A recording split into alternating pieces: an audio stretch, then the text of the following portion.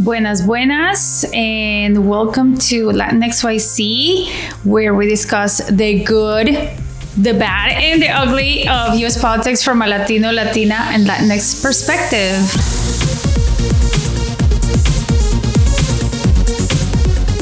Hola, hola. My name is Clemencia Herrera, and I am the founder of Moira Studio, an advertising agency that works with the Latinx community to promote political and advocacy campaigns. And I am Cecilia del Cid, an environmental and social justice practitioner, an American immigrant from Guatemala, community weaver, also working on media. And today we have a very, very, very special guest. We have Amanda Hunter back for more insightful and awesome conversations. Welcome, welcome. Thank you. It's great to be back. Great to chat with you.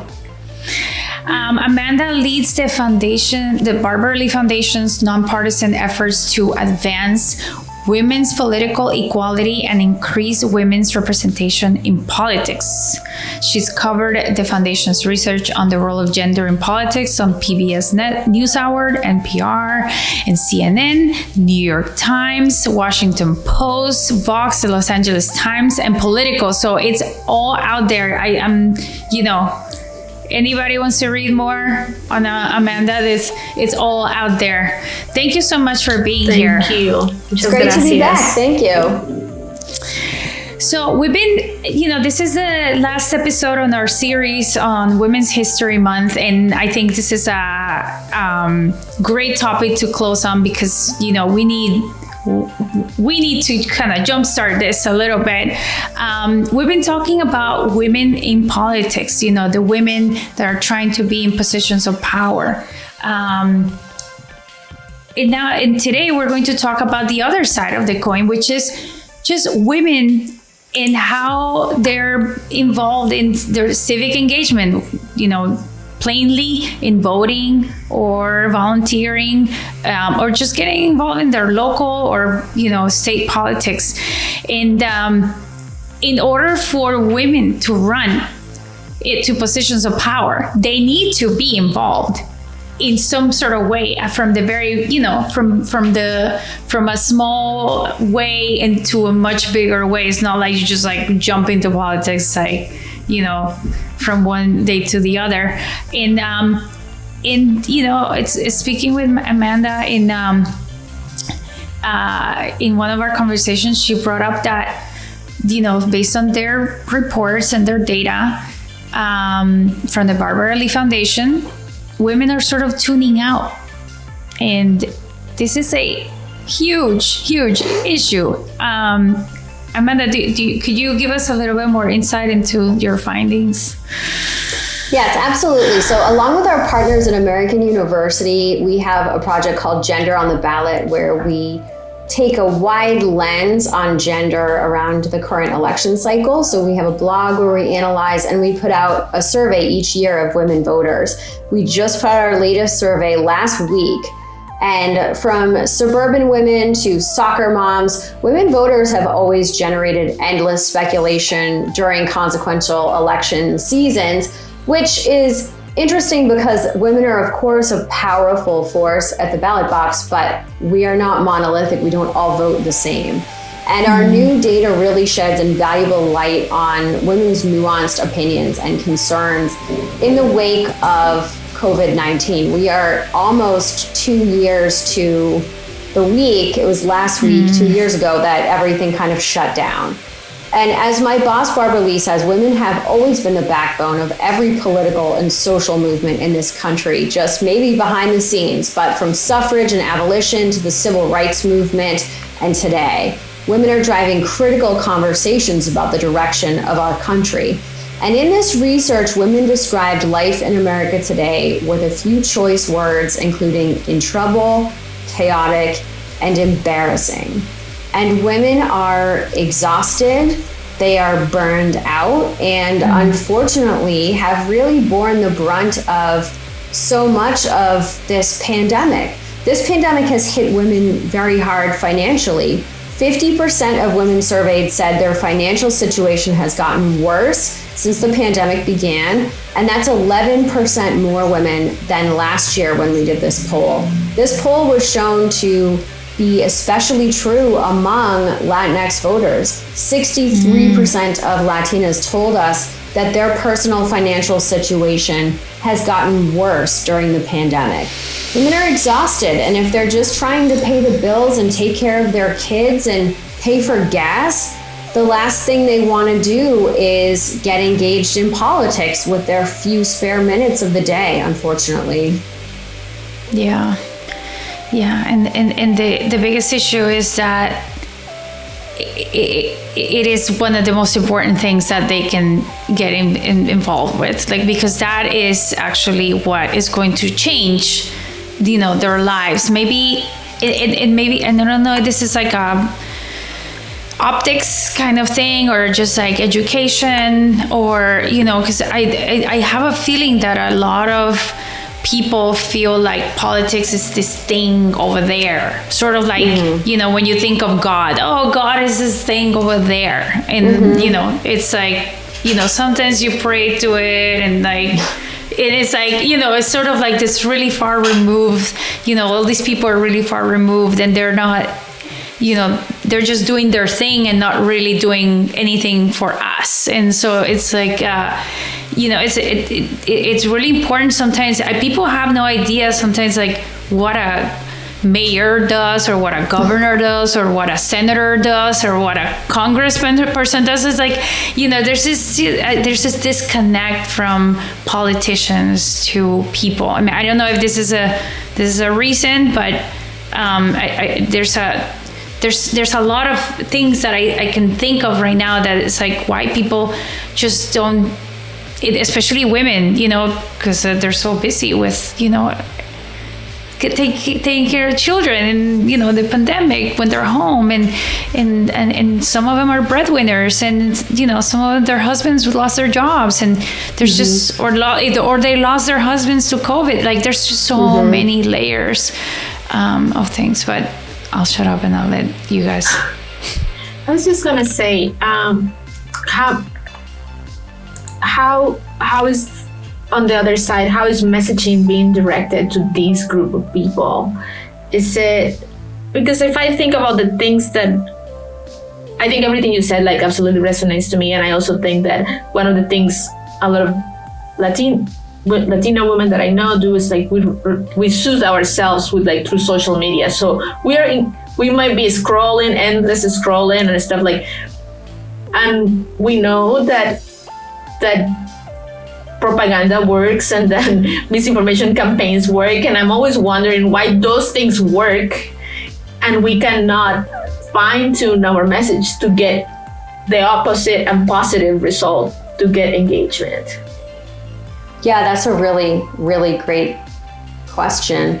I do think one positive from this poll in terms of engaging women is we did find that women know that it's important for other women to be elected to office. And women really distrust male politicians right now. We found that women are about as likely to distrust male politicians as they are to own a dog in this country, when you look at the statistics. Because women have been disappointed and let down. And so what we have found, which I think is encouraging, is that as political parties are thinking, how are we going to engage women?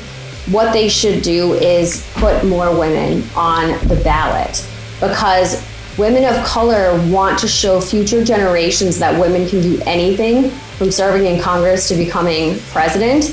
And women of color in this poll were especially motivated about electing more women to office. 25% of women overall told us that they are excited about electing women to political office, and that it's time to make history and show the next generation of women they can do anything. And among Latinas, that stat rose to 41%.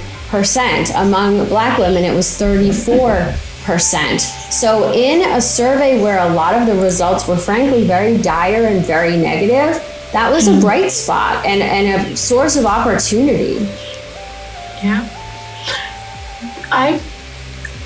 I know that there's countries where you have a very strong kind of government led by women and young women in their 30s, right? Like when I think of the political person in the United States, I think of male, white, and like in their like 70s, you know, and the idea, and I think that there is this idea, like I was like, I mean, these are countries who are smaller and very homogeneous racially, like I think of Iceland and Finland, but women held accountable through crisis, a lot of like financial crisis and health crisis, like, you know, New Zealand and COVID pandemic. It's like, we know that women in government tend to take care of business and write down, look at everyone's needs and try to spread it instead of like, you know, like squeeze it into small hands.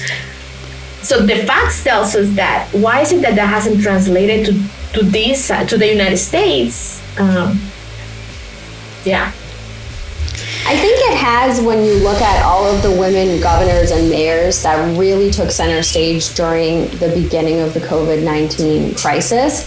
We did some research on handling a crisis, and we found that voters know that women listen, and not just to experts, but also to affected populations. And if you think back to 2 years ago, it was the women in Congress that were proactively having calls because they couldn't meet in person with different groups in their state saying, what are your needs with childcare? What's going on with laptops in the schools? What holes need to be filled? It was mostly women because women have lived experience that makes them think of different populations than a lot of the men that are in leadership. And during COVID, I think that was really evident when you look at London Breed, who was the mayor of San Francisco, who spent some time in public housing when she was growing up. One of the first steps that she took were to implement safety measures to make public housing more COVID friendly. I think someone who had grown up with a more privileged background may not have thought of that first and foremost. And I think that's a powerful example why lived experience is so important for our women leaders. It seems to me that, you know, after all the conversation that we had, I'm trying to put two and two together. And it seems to me that what really is igniting women's interest in politics is having someone that listens to them, or that listens to their needs. It sounds so simple, right? But it has proven to be very complicated, I guess, because it's not happening in you know, the way that maybe more women would get more excited about, you know, what's going on in DC or what's going on their, you know, local politics is, you know, for people to say, how do you feel? You know, what are you going through? Can I help you? And you know, it's like sometimes some of these women, and you know, I can speak to the Latinas because that's, you know, where I know the most. Some of these Latinas are unsung heroes. You know, they work so hard. They're like the backbone of many families. You know, supporting their, you know, second, 3 generations, you know, in their house, and they. Nobody says thank you, or nobody says how are you feeling. And for someone in power to come and say, how are you feeling? How can I help you? That's already so much, and it's not very difficult. I think you're right, and I think it's important to note that there's still a myth out there that a lot of women need to be asked to run for office, and that women are too modest and too shy and have to be asked multiple times. Maybe that was true in the 90s when Barbara started this work, and Barbara is the first person to tell women to run for office all the time in ladies' rooms or anywhere. First when she meets people. But the difference now, Barbara always says women run for office to solve problems. And that's why we see women get activated into politics. Just like you said, they feel like no one's listening to their community. There's a problem that needs to be solved. They start working on it. Maybe they end up volunteering on a campaign or getting involved in their town. And then before they know it, they look around and say, wait a second, why am I waiting for someone else to run for office when I can do it? And it's exciting for us to see that women aren't waiting their turn anymore. They're stepping up, and if they feel like they have something to offer, they're taking the chance. And I think that's really important and encouraging. It definitely is. Yeah. I had a thought and it just skipped me. Forget about it. Well, there's the getting involved, as to run for office. But there's also, turnout is a big issue. Mm-hmm. And especially here in the midterms that are coming up. And I keep hearing it in every single meeting that we have. Women, and especially Latinas in like Latino majority districts, those are the ones that are going to turn the elections. And I think that if women knew the power that they had to change their lives through legislation, just by voting, it's amazing. And I don't know if people know. We've had many conversations about Latinos not knowing the power that they have, and then again, if you add it, at the fact that add the gender to it, then if you're just always like working and blah blah, you have no idea how much power you have. And it's like, you had this question on messaging, Ceci, and I feel like some of this messaging is like, you have so much power. I don't know. Well, it's interesting too, because there's a dichotomy in this research. Women report that they're burned out and they're kind of tuning out of politics, and younger women under 40 and women of color at higher percentages. But then 3 out of 5 women, 3 out of 5 said that they believed that the midterm elections in November could be among the most important in their lifetime.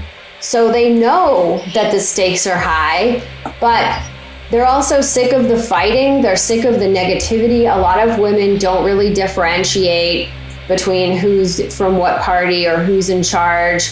They just think, well, no one's getting anything done. They're all the same. No one's listening. And that, I think, to your point, is troublesome, because once people have that thought, then it's hard to get them back. And I think when I say you rattled my train of thought, I was gonna ask, how would that be compounded by all the legislation that has been in place to kind of prevent the vote? Because there's been a massive effort to reduce accessibility to the vote in the last year, right? And we know that many of those policies are specifically targeted to some of those communities of color, to women. Do you see any extra hurdle to see how do we begin to, how our candidates or how community activists or how people who are interested in having people access to the ballot be easier can begin to work, collaborate to it's a big problem. It's something we're very worried about, because women aren't going to be able to get elected to office if people aren't able to vote. And I think it's important for voters to look at their own towns and their own communities. There are a lot of people running for town clerk and election adjacent positions that might not be glamorous or get a lot of attention, but actually have a lot of power over local elections. And I think it's also unfortunately falling on a lot of these nonpartisan groups that do the voter education and the voter registration to educate people about their rights. When you think about the fact that in the 2020 election, a busload of senior citizens was pulled over by the police in Georgia on its way to the polls and told that they couldn't be transporting them, which was not true. But to have the wherewithal to stand up to authorities is galling. I also personally believe that there needs to be more education for voters in states that have access to voting, that are more privileged, white people, about voter suppression, because I don't think that people that have never seen it truly understand what it's like to have to wait for hours in the heat without any water or without being able to sit down. It's unfathomable because in a lot of privileged districts, you can walk right in and out and vote, and people just don't understand what the big deal is because they've never seen it before. We were kind of cynically joking that there needs to be a rebrand on that with people across the country so everyone can understand why this voter suppression is so damaging for all of us and damaging for democracy. Yeah, I think overall the conclusion from a lot of these conversations is education in for people to know more about who does what, whose responsibilities to do what, and what things mean. Like, people don't have time to read newspapers and all these things. Like, it's a, you know, it's a tall order. Yes, it's to educate so many people on so many things, but I think that's where we need to start. But that's all with the time we have for today. Thank you so much, Amanda Hunter from the Barbara Lee Foundation. Thank you so much. Thank you. This has been so great.